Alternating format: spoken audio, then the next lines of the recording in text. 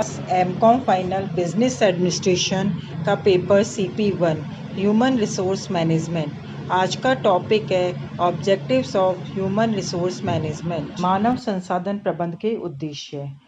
मानव संसाधन प्रबंध का मुख्य उद्देश्य संस्था में योग्य कर्मचारियों और अधिकारियों की आपूर्ति को सुनिश्चित करना तथा उनमें ऐसे संबंध स्थापित करना ताकि संस्था, कर्मचारियों और समाज का पारस्परिक हित संवर्धन हो सके। मानव संसाधन प्रबंध के उद्देश्यों का ज्ञान प्राप्त करना अनिवार्य है। बिना उद्देश्यों के पूर्व ज्ञान के किसी भी संस्था में मानव संसाधन विभाग के द्वारा प्रभावकारी योजना नहीं बनाई जा सकती है। नियोजन के लिए उद्देश्यों का स्पष्टीकरण आवश्यक है। इसी प्रकार नियंत्रण भी बिना उद्देश्यों को स्पष्ट किए हुए लागू नहीं किया जा सकता है। जब तक कमियों और असफलताओं का पता न हो, नियंत्रण की कोई भी व्यवस्था सफल नहीं हो सकती है। कोई भी उपक्रम या विभाग निर्दिष्ट उद्देश्यों को प्राप्त नहीं कर पाता तो उसे हम असफलता के नाम से पुकारते हैं। असफलता के कारणों की जांच करने पर कमियों और कमजोरियों का पता चलता है।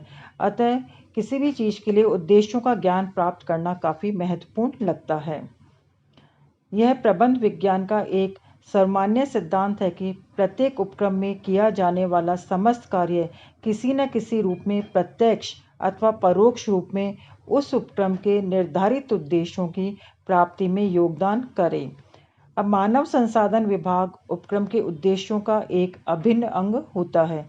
अतः जो ह्यूमन रिसोर्स मैनेजमेंट का उद्देश्य उपक्रम के उद्देश्यों का एक इम्पॉर्टेंट पार्ट होता है और यह सामान्य उद्देश्यों की पूर्ति में सहायक होना चाहिए। अतः मानव संसाधन प्रबंध के उद्देश्यों का ज्ञान प्राप्त करने से पहले हमें यह जानना आवश्यक है कि उपक्रम की जो स्थापना है वह किन उद्देश्यों की प्राप्ति के लिए की गई है। सामान्यतः जो व्यावसायिक संस्था है उसके प्रमुख उद्देश्य कई हो सकते हैं, जैसे उपभोक्ता द्वारा स्वीकार योग्य वस्तुओं तथा सेवाओं का उत्पादन करना और उनका प्रॉपर डिस्ट्रीब्यूशन करना। यह हो सकता है उपक्रम के स्वामियों और विनियोक्ताओं को लाभों के रूप में उचित प्रत्याय देना, या फिर हो सकता है कि सभी वर्ग के कर्मचारियों को उचित मजदूरी वेतन प्रदान करना और उनकी व्यक्तिगत मूल्यों को उचित सम्मान और आदर देकर उनको संतुष्टि प्रदान करना। और ये भी हो सकता है कि जो सोशल रेस्पॉन्सिबिलिटी है उसको पूरा करना। तो मानव संसाधन प्रबंध के जो उद्देश्य हैं वो विभिन्न विद्वानों ने अलग अलग बताए हैं। उनमें गोयल और मेयर्स के विचार जानना आवश्यक है। उन्होंने मानव संसाधन प्रबंध के निम्न उद्देश्य बताए हैं। जैसे पहला बताया उन्होंने मानव संसाधन का प्रभावकारी ढंग से उपयोग करना। नेक्स्ट पॉइंट है इसी का संगठन के सभी सदस्यों के मध्य वांछनीय कार्यकारी संबंध। फिर है अधिकतम व्यक्तिगत विकास। अब मानव संसाधन के जो उद्देश्य हैं उनको विभिन्न श्रेणियों में विभाजित किया जा सकता है। उसमें पहले है सेवा उद्देश्य। किसी भी उपक्रम के उद्देश्यों में उपक्रम द्वारा समाज की वस्तुओं तथा सेवाओं की आवश्यकता की पूर्ति की भावना का उद्देश्य, जो मूलतः एक सेवा उद्देश्य है, प्रमुख स्थान रखता है। जो भी व्यक्ति उपक्रम को उसके इस उद्देश्य की प्राप्ति में सहयोग प्रदान करते हैं, उन्हें लाभों तथा अन्य पारिश्रमिक जैसे वेतन, मजदूरी, बोनस आदि व्यक्तिगत संतुष्टि के रूप में पारितोषिक प्राप्त होता है। इसलिए कार्यरत व्यक्तियों का यह कर्तव्य हो जाता है कि वे उपक्रम को अपने सेवा उद्देश्य की प्राप्ति में स्वेच्छा से सहयोग प्रदान करें। सेवा उद्देश्य उपक्रम का प्रमुख उद्देश्य होता है। अतः यह स्वाभाविक है कि जो ह्यूमन रिसोर्स मैनेजमेंट है वो, जैसा कि हम जानते हैं कि उपक्रम का प्रबंध अंग है और उपक्रम के उद्देश्यों की प्राप्ति में योगदान करने की भावना से प्रेरित होकर काम करता है। अतः इसका उद्देश्य उपक्रम द्वारा उत्पादित वस्तुओं और सेवाओं को कार्यकुशलता से प्राप्त करना होता है। मानव संसाधन प्रबंध का प्रयास कार्यरत व्यक्तियों को इस दिशा में प्रेरित करना होता है। नेक्स्ट है व्यक्तिगत उद्देश्य। मानव संसाधन प्रबंधन में कार्यरत कर्मचारियों के व्यक्तिगत उद्देश्यों की प्राप्ति एक महत्वपूर्ण स्थान रखती है। सामान्यतः किसी भी संस्था में जो कार्यरत व्यक्तियों की संख्या क्या होती है, बहुत ज़्यादा होती है। अतः इन कर्मचारियों के व्यक्तिगत उद्देश्यों में एकरूपता का पाया जाना काफ़ी मुश्किल होता है।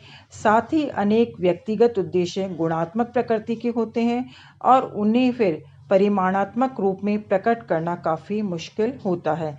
अतः जो ह्यूमन रिसोर्स मैनेजमेंट है वो इन व्यक्तिगत उद्देश्यों को यथासंभव रूप से परिमाणात्मक रूप में व्यक्त करने का प्रयास करता है। इस प्रकार के प्रयासों के फलस्वरूप उपक्रम में जो कार्यरत व्यक्तियों के व्यक्तिगत उद्देश्य कई हो सकते हैं। उनमें फर्स्ट पॉइंट है उचित मजदूरी, काम के घंटे और कार्य की दशाएं। कोई भी मानव संसाधन कार्यक्रम उस समय तक सफलता प्राप्त नहीं कर सकता है जब तक कि कर्मचारियों के लिए मजदूरी वेतन संरचना को जब तक कर्मचारी वर्ग जो मजदूरी वेतन संरचना है उसको स्वीकार नहीं कर ले। उस समय तक उनसे ये आशा करना कि वे उपक्रम के लिए मैक्सिमम कार्य करेंगे, यह सोचना व्यर्थ है। अन्य मानव संसाधन कार्यक्रम जैसे मनोरंजन की व्यवस्था, बीमा की व्यवस्था, सुझाव, प्रशिक्षण की व्यवस्था आदि उचित मजदूरी कार्यक्रम का स्थान ग्रहण नहीं कर सकते हैं। अतः आवश्यक है कि किसी भी संस्था को यथासंभव रूप से उचित मजदूरी नीति अपनाने का प्रयास करना चाहिए। इसी प्रकार से कार्य के संबंध में विशेष कठिनाई अनुभव नहीं की जाती है, क्योंकि जो विभिन्न अधिनियम है जैसे कारखाना अधिनियम 1948 के अंतर्गत साप्ताहिक कार्य के घंटे, साप्ताहिक अवकाश, क्षतिपूरक अवकाश, कार्य के घंटे आदि के बारे में विस्तृत रूप से प्रावधान दिए गए हैं।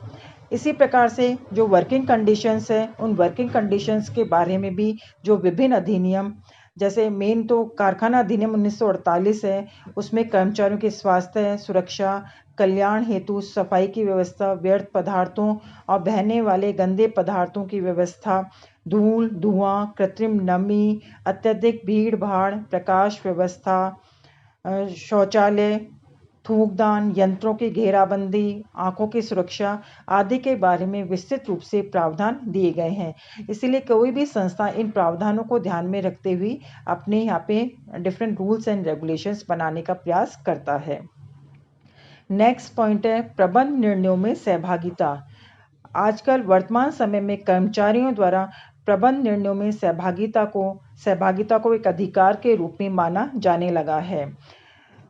यदि प्रबंध द्वारा लिए गए निर्णय कार्यरत कर्मचारियों द्वारा हृदय से स्वीकार नहीं किए जाते हैं तो उनका इम्प्लीमेंटेशन बहुत ही मुश्किल होता है। ऐसी परिस्थिति में जो ह्यूमन रिसोर्स मैनेजमेंट को ये ध्यान रखने की आवश्यकता है कि वे सभी स्तरों पर कार्यरत व्यक्तियों को प्रबंध निर्णयों में सहभागिता दिलाने का प्रयास करना चाहिए। नेक्स्ट पॉइंट है आर्थिक सुरक्षा। अब व्यक्तिगत उद्देश्यों में एक इम्पॉर्टेंट उद्देश्य है जिसे आर्थिक सुरक्षा के रूप में जाना जाता है। अब जो काम करने वाले एम्प्लॉयज़ हैं उन्हें सदा ये भय रहता है कि अगर दुर्घटना होने पर या उपक्रम द्वारा जो प्रॉपर टेक्नोलॉजी नहीं अपनाने पर या आर्थिक मंदी के हो जाने पर उनके रोजगार पर गलत इफेक्ट पड़ सकता है। वैसे श्रमिक संगठन द्वारा इस दिशा में अधिकाधिक सुरक्षा प्राप्ति के लिए काफ़ी प्रयत्नशील रहता है और जो डेवलप्ड कंट्रीज़ हैं उनमें काफ़ी सीमा तक सफलता भी मिली है। फिर भी इस दिशा में काफ़ी कुछ करने का प्रयास जारी है। जो मानव संसाधन प्रबंध को भी जो कार्यरत कर्मचारी हैं उनके उद्देश्यों की पूर्ति की दिशा में आगे बढ़ाने की दृष्टि से जो इकोनॉमिक सिक्योरिटी प्रदान करने के लिए कार्य करते रहना चाहिए। नेक्स्ट पॉइंट है विकास के अवसर। अब मानव संसाधन प्रबंध में जिस बात को सेकेंडरी स्थान मिलता है वह है कर्मचारियों के विकास के लिए समुचित अवसर प्रदान करना।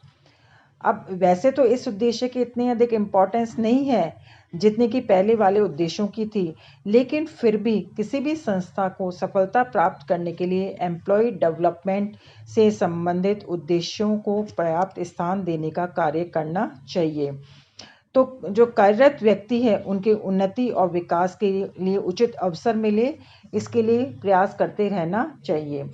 नेक्स्ट पॉइंट है व्यक्तिगत प्रतिष्ठा और मान सम्मान। यह एक इम्पॉर्टेंट युक्ति है कि मनुष्य केवल खाने के लिए नहीं जीता, बहुत ही सारगर्भित प्रतीत होती है। आत्मसंतुष्टि की भावना की जड़ें भी व्यक्तियों में काफ़ी गहरी होती है। व्यक्तियों को आत्मसंतुष्टि उस समय प्राप्त होती है जब उन्हें इस बात का विश्वास हो जाता है कि वो जो कुछ कर रहे हैं वो समाज और देश के लिए उपयोगी है। अतः प्रबंधक वर्ग को ये विश्वास दिलाना पड़ता है कि एम्प्लॉयज़ के द्वारा जो कार्य किया जा रहा है वो कार्य बहुत ही सार्थक और सारयुक्त होता है। तो कार्यरत व्यक्ति अपने कार्य में सार्थकता की अनुभूति कर पाए, इस उद्देश्य से अनेक संस्थाएं समय समय पर इस बात का प्रचार और संप्रेषण करते हैं कि उनके द्वारा जो बनाई गई वस्तुएं हैं वो किस प्रकार उपभोक्ता और समाज के विभिन्न वर्गों की आवश्यकताओं की पूर्ति करती है और इस प्रकार के वे उपक्रम में समाज सेवा में संलग्न है। नेक्स्ट पॉइंट है सकारात्मक वर्ग भावनाएं। आजकल इस बात को भी मान्यता दी जाने लगी है कि मानव संसाधन प्रबंधन को अपना ध्यान संस्था के अंदर अंतर्वैयक्तिक संबंधों के कारण उत्पन्न होने वाली भावनाओं की ओर देना चाहिए। वर्ग भावनाएं व्यक्तिगत भावनाओं को प्रभावित करती है, इसलिए मानव संसाधन प्रबंधन को चाहिए कि वे आरंभ से ही जो वर्ग भावनाओं को सकारात्मक दिशा प्रदान करें। नेक्स्ट तीसरा पॉइंट है सामुदायिक और सामाजिक उद्देश्य। जैसा कि हम जानते हैं कि जो व्यावसायिक संस्था है वो समाज का अभिन्न अंग होती है। अतः किसी भी व्यावसायिक संस्था की सीमा में परिसीमा तथा कार्य के घंटों में जो कुछ भी होता है उसके आसपास के समुदाय और समाज पर प्रभाव पड़े बिना नहीं रहता है। समाज के अतः इस देश में अधिकांश व्यवसायी वर्ग अपने सामाजिक उत्तरदायित्वों के प्रति उदासीन रहा है।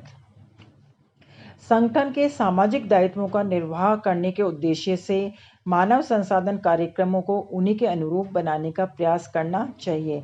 जैसे शिक्षण संस्थाओं में व्यावसायिक और तकनीकी शिक्षा ग्रहण करने वाले विद्यार्थियों के लिए प्रशिक्षण की व्यवस्था करना, समाज के जो पिछड़े और दलित वर्ग के लिए रोजगार की विशेष व्यवस्था करना, वृद्धावस्था बीमा की व्यवस्था करना आदि कार्य हो सकते हैं। नेक्स्ट पॉइंट है सुदृढ़ मानवीय संबंध और अनुशासन बनाए रखना। उद्देश्यों की प्राप्ति के लिए यह आवश्यक है कि संगठन में कार्य करने वाले सभी कर्मचारियों के मध्य मधुर मानवीय संबंध हो।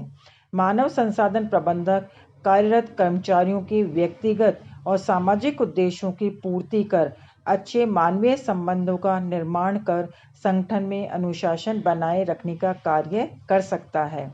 अच्छे ह्यूमन रिलेशन से कर्मचारियों का संस्था के प्रति एक स्वाभाविक लगाव की भावना उत्पन्न हो जाती है और वे संगठन को अपना ही समझकर अपनी मैक्सिमम कैपेसिटी से कार्य करने के लिए तत्पर रहते हैं। नेक्स्ट पॉइंट है मितव्ययिता और प्रभावकारिता। अब मितव्ययिता और ये सभी जो उद्देश्य हैं वो मितव्ययिता के साथ और प्रभावकारी ढंग से प्राप्त करने के लिए प्रयास करना चाहिए। किसी भी संस्था के साधन अनलिमिटेड नहीं होते हैं, तो लिमिटेड रिसोर्सेज के द्वारा, जिनमें ह्यूमन रिसोर्सेज भी शामिल है, प्रभावकारी ढंग से उपयोग किया जाना चाहिए। जो संस्था के साधनों का अपव्यय करते हैं वो प्रतिस्पर्धा में पिछड़ जाते हैं और साथ ही यह भी बात ध्यान रखने योग्य है कि कर्मचारी उन्हीं संगठनों में अपने व्यक्तिगत उद्देश्यों को प्राप्त कर सकते हैं जो संगठन सफलता से चलाए जा सकते हैं। तो इस प्रकार से किसी भी संस्था में संगठनात्मक और कर्मचारियों के उद्देश्यों को मानव संसाधन प्रबंधन के कार्यक्रमों में समाविष्ट किया जाना चाहिए। जैसा कि प्रोफेसर जॉन एफ मी ने इसे एक तालिका द्वारा समझाने का प्रयास किया है। ये स्क्रीन पे आप लोगों को एक तालिका दिख रही हुई, एक टेबल दिख रही होगी। इसमें बताया गया है, शुरू में लिखा हुआ integration of interest of both employer and employees through cooperative effort, यानी जो एम्प्लॉयर और एम्प्लॉय के जो इंटरेस्ट है उनको कोऑपरेटिव एफर्ट के द्वारा कैसे इंटीग्रेट एकीकृत किया जा सकता है। अब एम्प्लॉय के इंटरेस्ट अलग होते हैं और एम्प्लॉयर के इंटरेस्ट अलग होते हैं। तो सबसे पहले हम देखेंगे एम्प्लॉय यानी कर्मचारियों का इंटरेस्ट किस किस में होता है। उसमें फर्स्ट है recognisation of an individual, next है opportunity for expansion by development, next है इकोनॉमिक सिक्योरिटी यानी आर्थिक सुरक्षा, नेक्स्ट है इंटरेस्ट इन वर्क यानी कार्य पर उसको रुचि बनी रहनी चाहिए, नेक्स्ट पॉइंट है सेफ हेल्दी वर्किंग कंडीशंस यानी जो वर्किंग कंडीशंस है वो सुरक्षित होनी चाहिए और हेल्दी होनी चाहिए। नेक्स्ट पॉइंट है एक्सेप्टेबल आवर्स एंड वेजेस, जो मजदूरी है और कार्य के घंटे हैं वो स्वीकार योग्य होने चाहिए। नेक्स्ट है फेयर एंड एफिशिएंट लीडरशिप, जो लीडरशिप है वो उचित होनी चाहिए और प्रभावी होनी चाहिए। तो ये तो हो गए विभिन्न कर्मचारियों के हित या उद्देश्य हो गए। फिर दूसरी तरफ है एम्प्लॉयर के इंटरेस्ट। एम्प्लॉयर का इंटरेस्ट किस किस में रहता है इसमें बताया। फर्स्ट है लोअर यूनिट पर्सोनल कॉस्ट यानी जो सेवर्गीय कॉस्ट है वो मिनिमम होनी चाहिए। नेक्स्ट है मैक्सिमम प्रोडक्टिविटी ऑफ एम्प्लॉयज़, जो एम्प्लॉयज़ हैं उनकी उत्पादकता अधिकतम होनी चाहिए। नेक्स्ट है availability and stability of employees, जो कार्यरत कर्मचारी है उन कार्यरत कर्मचारियों की हमेशा जब उनकी आवश्यकता उस समय अवेलेबल रहनी चाहिए और स्टेबिलिटी रहनी चाहिए, स्थायित्व रहना चाहिए। नेक्स्ट है लॉयल्टी ऑफ एम्प्लॉयज़, नेक्स्ट है कॉपरेशन ऑफ एम्प्लॉयज़ कि एम्प्लॉयज़ का हमेशा क्या रहना चाहिए, कॉपरेशन रहना चाहिए काम के समय पर। नेक्स्ट है हाई ऑर्गेनाइजेशन मॉरल, जो मनोबल है वो हमेशा उच्च रहना चाहिए। एंड लास्ट है इंटेलिजेंट इनिशिएटिव ऑफ एम्प्लॉयज़। अब ये जो दोनों के उद्देश्य हैं ये दोनों उद्देश्य जो मानव संसाधन कार्यक्रम है यानी जो accomplished by means of a good personal relation program, इनमें समाविष्ट करने का प्रयास करना चाहिए। तो इस प्रकार से आज हमने मानव संसाधन प्रबंध के विभिन्न उद्देश्यों के बारे में डिस्कशन किया। आप लोगों को सारे उद्देश्य क्लियर हो गए होंगे।